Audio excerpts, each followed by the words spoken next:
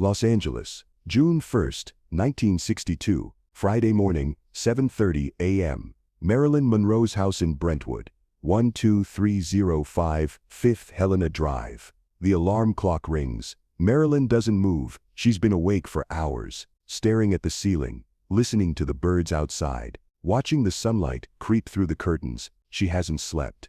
Again, even with the pills, the Nembutal, the Seconal, the chloral hydrate, nothing works anymore. Her body is immune. Her mind is too loud, too chaotic, too broken. Today is a workday. She has to be on set. Stage 14 at Fox Studios. They're filming Something's Got to Give. A comedy, a romantic comedy. She plays a woman who returns from being lost at sea for 7 years. Her husband has remarried. Complications ensue. Hijinks, laughter, a happy ending. It's supposed to be light, fun, easy, but nothing is easy anymore. She sits up. Her head pounds. Her body aches. She's 36 years old but feels 60. The years of pills, the years of alcohol, the years of stress, the years of being Marilyn Monroe. They've taken their toll. She looks at the clock. 7:45 a.m. She's supposed to be at the studio by 8:30 a.m. Hair and makeup at 9 a.m. On set by 10 a.m. She won't make it. She never makes it on time anymore. She's been late every day for the past month. Sometimes hours late. Sometimes she doesn't show up at all. The studio is furious. The director is furious. The cast is furious. Everyone is furious. But she can't help it. She can't get out of bed. Can't face the day. Can't be Marilyn Monroe. Not anymore. She forces herself to stand, walks to the bathroom, looks in the mirror. The face staring back is a stranger, pale, gaunt, dark circles under the eyes, lines around the mouth, hair limp and lifeless. This is not Marilyn Monroe. This is Norma Jane, old, tired, dying. She splashes water on her face, takes 2 dextrin, amphetamines, to wake up, to function, to get through the day. She gets dressed. Simple clothes, jeans, a white shirt, a scarf over her hair, sunglasses. She looks at herself one more time. You can do this, she whispers. Just one more day. Just get through today. But she doesn't believe it. She calls her driver. I'm ready. Come pick me up. 20 minutes later, she's in the car, heading to Fox Studios. She stares out the window. Los Angeles passes by. Palm trees, billboards, traffic, people going about their lives. Normal people, with normal problems, normal jobs, normal existences. She envies them. She arrives at the studio, 9:15 a.m., already late. She walks through the gates. Security waves her through. Everyone knows Marilyn Monroe. Everyone knows she's always late. She goes to her dressing room. Dorothy is waiting, the makeup artist, and Sydney, the hairstylist. They've been waiting for 45 minutes. Good morning, Miss Monroe, Dorothy says. Her voice is tight, strained, professional but barely. I'm sorry, Marilyn says. I couldn't sleep. I couldn't. I'm sorry. Let's just get started, Dorothy says. Marilyn sits in the chair, faces the mirror. The transformation begins. Foundation, concealer, powder, contouring, the mask, the illusion, Marilyn Monroe. But today, something feels different. Wrong. Final. Marilyn watches the transformation. Watches Norma Jean disappear. Watches Marilyn Monroe emerge. But for the first time, she feels like she's watching her own death. Like she's watching herself being erased. Permanently. Forever. Are you okay? Dorothy asks. Noticing Marilyn's expression. Distant. Disconnected. I don't know, Marilyn says honestly. I feel strange. Like this is the last time. The last time for what? I don't know. Just the last time. Dorothy and Sydney exchange glances, concerned, but they don't say anything. They just continue working. Hair, makeup, costume. The full Marilyn Monroe. At 10:45 a.m., Marilyn walks onto the set. Over an hour late. The director, George Cukor, sees her. His face hardens. Nice of you to join us, Marilyn. I'm sorry, she says. I wasn't feeling well. You're never feeling well, he snaps. Do you know how much money you've cost this studio? How many days we've lost because of you? How many people are waiting for you? Marilyn doesn't respond, just stands there, taking the abuse, deserving it, knowing it. Let's just shoot the scene, Cukor says. If you can manage that. The scene is simple, a pool scene. Marilyn's character is swimming, flirting with her ex-husband. Playful, sexy, light. They've been trying to shoot this scene for 3 days, but Marilyn keeps messing up, forgetting lines, missing marks, breaking character. Today is supposed to be the day they finally get it. Marilyn goes to her mark. The pool. She's wearing a flesh-colored swimsuit, designed to look like she's naked, a publicity stunt. The studio's idea. Sex sells, they said. This will get people talking. Marilyn didn't want to do it, didn't want to be naked, didn't want to be objectified. Again, but she agreed, because she always agrees. Because she's Marilyn Monroe, and Marilyn Monroe does what she's told. The cameras are ready. The crew is ready. Everyone is waiting. Action. Cooker yells. Marilyn dives into the pool. The water is cold, shockingly cold. It takes her breath away. She surfaces, gasping. She's supposed to smile, to look playful, seductive, but she can't. She just treads water, breathing hard, feeling the cold, feeling the weight, feeling the end. Cut. Cooker yells. Marilyn, what was that? Where's the smile? Where's the charm?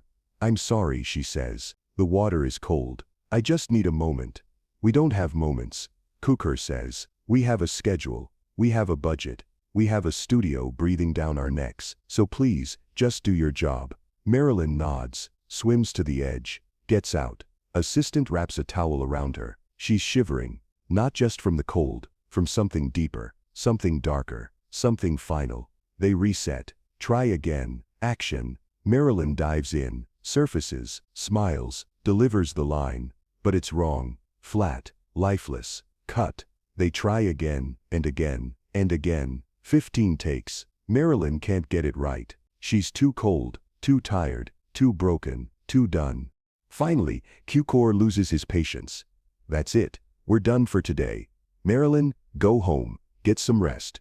Come back Monday, ready to work. Really work. Or don't come back at all. Marilyn climbs out of the pool, water dripping, body shaking. She walks to her dressing room. Doesn't look at anyone. Doesn't speak to anyone. Just walks. Alone. In the dressing room, she sits in front of the mirror, still wet, still cold, still shaking. Dorothy comes in. Let me help you, she says. She helps Marilyn out of the wet swimsuit, dries her off, wraps her in a robe. Warm, soft, comforting. I can't do this anymore, Marilyn whispers. Can't do what? Dorothy asks. This, all of this. Being Marilyn Monroe, making movies, pretending, performing. I can't. I'm so tired. I'm so broken. I just want to stop. Dorothy kneels in front of her, takes her hands, then stop, walk away, retire, live your life, be happy. Marilyn shakes her head. I don't know how to be happy. I don't know how to be anything except Marilyn Monroe, and I hate her. I hate what she's become, what she's done to me. She's killed me, slowly, over years, and now there's nothing left, just the shell, just the image, just the lie. That's not true, Dorothy says. You're still in there. Norma Jane is still in there. You just have to find her again. She's gone, Marilyn says. She died a long time ago, and soon Marilyn Monroe will die too, and then there will be nothing. Just silence. Just darkness. Just peace. Dorothy is scared now. Don't talk like that. Please. You're just tired. You're just overwhelmed. Things will get better. But Marilyn doesn't believe her. Because things don't get better. They only get worse. She gets dressed. Regular clothes. Leaves the studio. Goes home. Back to the house in Brentwood. Empty. Quiet. Lonely. She pours a drink. Vodka. Straight. Downs it. Pours another. Takes pills. Nembutal. 2. Then 2 more. She sits on the couch. Stares at nothing. Thinks about her life. 36 years. What has she accomplished? Fame. Success. Wealth. But at what cost? 3 failed marriages. No children. No family. No real friends. No peace. No happiness. No self. Just Marilyn Monroe. The image. The icon. The sex symbol. The joke. She thinks about dying. She's thought about it before. Many times. But tonight, it feels different. Tonight, it feels inevitable. Like it's already happened. Like she's already dead. Just waiting for her body to catch up. She thinks about today. The pool. The cold water. The failed takes. The director's anger. The crew's frustration. Her own exhaustion. And she realizes that was the last day. The last day of shooting. The last day of being Marilyn Monroe. She won't go back on Monday. She won't finish the movie. She won't make another film. She's done, finished, over. The thought brings relief and terror. Relief because the performance is over. The mask can come off. The lie can end. Terror, because without Marilyn Monroe, who is she? What is she? Nothing. No one. Empty. She takes more pills, drinks more vodka. The room starts to blur. Her thoughts start to slow. Her body starts to relax. She lies down on the couch, closes her eyes, and she sees it, her life, playing like a movie. Norma Jane as a child, in the orphanage, scared, alone, unwanted. Norma Jane as a teenager, marrying Jim Dougherty, escaping, surviving. Norma Jane becoming Marilyn Monroe, bleaching her hair, changing her name, creating the image. Marilyn Monroe's first movie, first success, first taste of fame. Marilyn Monroe and Joe DiMaggio, love, marriage, divorce. Marilyn Monroe and Arthur Miller, hope, disappointment, failure. Marilyn Monroe's miscarriages, 3 dead babies, 3 shattered dreams. Marilyn Monroe's pills, her addiction, her dependence, her destruction. Marilyn Monroe's loneliness, her isolation, her desperation. Marilyn Monroe's final days, tired, broken, ready to stop. And then, darkness, silence, peace. Marilyn opens her eyes. She's still on the couch, still alive, still here, but not for long. She can feel it. The end is coming, soon, very soon. Maybe tonight, maybe tomorrow, maybe next week, but soon, and she's ready. She's been ready for a long time. 2 months later, August 5, 1962, Sunday morning, Marilyn Monroe is found dead, in her bedroom, barbiturate overdose. The official story, suicide, probable suicide.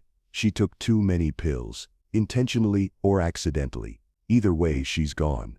The world mourns. Millions of fans, devastated, shocked, heartbroken. How could Marilyn Monroe be dead? She was only 36. She was beautiful, famous, successful. She had everything, but she didn't have everything. She didn't have peace. She didn't have happiness. She didn't have herself. Something's got to give is never finished. The movie is shut down, abandoned, incomplete, just like Marilyn's life, just like her dreams, just like her. June 1, 1962, the last day of shooting. The last time Marilyn Monroe stood in front of a camera. The last time she performed. The last time she was Marilyn Monroe. She knew, somehow, she knew, that was the last time. She felt it, told Dorothy. This is the last time. And she was right. 2 months later, she was dead. Did she know she was going to die? Did she plan it? Did she choose it? Or did she just feel it? The inevitability, the finality, the end. No one knows. No one will ever know. But that day, June 1, 1962, the last day of shooting, that was the beginning of the end. The moment Marilyn Monroe gave up, stopped fighting, accepted her fate, and started dying. The footage from that day still exists. In the Fox Studios archives, the pool scene. 15 takes. Marilyn diving into the water, surfacing, trying to smile, trying to perform, trying to be Marilyn Monroe, but failing, because she was already gone, already dead, already a ghost. Film historians have analyzed the footage, studied her face, her eyes, her expression, and they all see it. The emptiness, the exhaustion, the resignation, the knowledge. She knew it was the last time. She knew she was dying. She knew the end was near, and she accepted it. Maybe even welcomed it, because being Marilyn Monroe was too hard, too painful, too exhausting, and she was tired, so she stopped. She let go. She surrendered, and 2 months later, she was gone. The last day of shooting, June 1, 1962, the day Marilyn Monroe died. Even though her body lived for 2 more months, her spirit, her will, her fight, they died that day. In the cold water, under the hot lights, in front of the cameras, performing, always performing, until she couldn't anymore, until she was empty, until there was nothing left, and then, silence, darkness, peace, finally, peace. Years later, decades later, people still talk about Marilyn Monroe, the icon, the legend, the sex symbol, the tragedy. They make movies about her, write books about her, create documentaries about her, They analyze her life, her death, her legacy. They ask questions. Why did she die? Was it suicide? Was it murder? Was it an accident? They debate. They theorize. They speculate. But they never really understand, because they didn't know her. They knew Marilyn Monroe, the image, the performance, the mask, but they didn't know Norma Jane, the woman underneath, the scared little girl, the broken woman, the exhausted soul who just wanted to rest, who just wanted to stop, who just wanted peace. And on June 1st, 1962, the last day of shooting, she made her choice, consciously or unconsciously. She chose to stop, to let go, to die, and 2 months later, her body followed, completing the journey, ending the performance, closing the curtain, forever. The last day of shooting, not just of a movie, but of a life. Marilyn Monroe's life, the life that ended, long before the body died, the life that was already over, already finished, already gone, on that cold day, in that cold pool, under those hot lights, performing, for the last time, being Marilyn Monroe, for the last time, living, for the last time, and then, nothing, just the footage, just the memory, just the ghost, of a woman, who was once alive, once vibrant, once hopeful, but who died, slowly, painfully, publicly, until there was nothing left, except the image, the icon, the legend. Marilyn Monroe, forever frozen, forever young, forever performing, even in death, especially in death, the ultimate performance, the final act, the last day of shooting. Screen fades to black, final text appears, the last day of shooting, June 1st, 1962, she knew it was the end. 2 months later, she was gone. Then some endings begin long before the final moment. Some deaths happen while we're still alive. Some performances never end. Silence, darkness, the end,